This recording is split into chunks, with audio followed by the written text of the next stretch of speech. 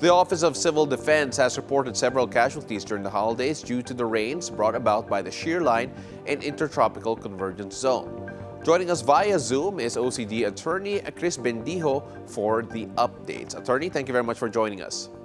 Hi, Sir Paolo. Good morning. Now, as of the other day, sir, the OCD has reported 6 fatalities from Palawan, Eastern Samar, and Davao Occidental dahil nga sa drowning because of these recent weather events. Are there any updates on the number of casualties in other areas affected? And of course, how strong were the rains actually that hit those areas because of the weather systems active? As of the last report dated January 7, we still have 6 casualties. Although for verification, we have 20 injuries reported with 2 missing. As you've explained earlier in your program, Shearline is really bringing about continuous and incessant rains. That's why we also issued the guidelines for our regional directors to closely coordinate with our LGUs to monitor flooding and landslides. We've also been trying to access some data from the NDRRMC. Apparently, it's been down for several days right now, and we have to wonder and ask, does it have anything to do with the reported attempts to hack government websites recently? To my understanding, we have an update ongoing with our website. This is pursuant to our compliance with the National Privacy Commission. So there is no connection whatsoever with respect to the alleged hacking that transpired several days ago. Will the data be accessible anytime soon? I'm sorry, sir. Will the data be more accessible anytime soon? I'll follow up on that. Hopefully within the day we'll be online already. All right, perfect. With the different weather systems like the Northeast Monsoon and the Shearline that is continuously bringing the rains here to the country, what do you feel should be done to prevent similar incidents like the flash floods from happening again? Kasi minsan, people only do prepare for tropical cyclones and they don't really pay as much mind to yung mga Shearline or the ITCZ. That's very correct, Paolo. No? As you've mentioned, the difference between a tropical cyclone is that when we talk about typhoons, we can monitor their direction, their trajectory, so we can anticipate when they will enter the Philippine area of responsibility. But the peculiar thing about shear lines is that we don't know, we can't really predict where the cloud formations will happen, and when will rains transpire. No? So for now, OCD is closely coordinating with PAG-ASA to determine a window as to how we can properly alert our citizens. And as mentioned earlier, we already issued a memo for our regional directors to be monitoring real-time with our LGUs what's the condition on the ground so that we can implement response measures, preemptive measures, so that we can avoid casualties similar to what transpired in 2023. Another topic here, sir, of course, we have to go back to Mount Canlaon's activity in general.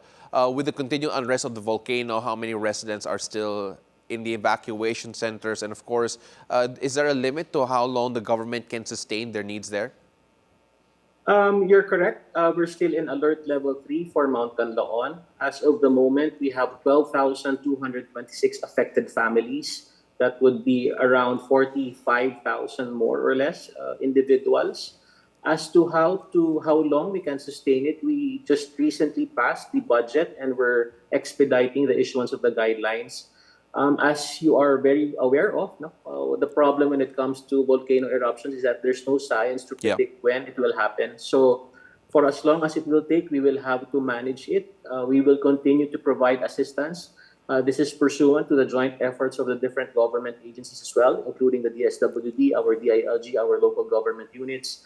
As of date, we've already given around 160 plus million insofar as assistance to the affected families are concerned. Moving on to some events that happened in the northern part of the Philippines, particularly sa Ilocos Sur, because recent quakes there have prompted authorities to actually prepare for possible tsunami scenarios.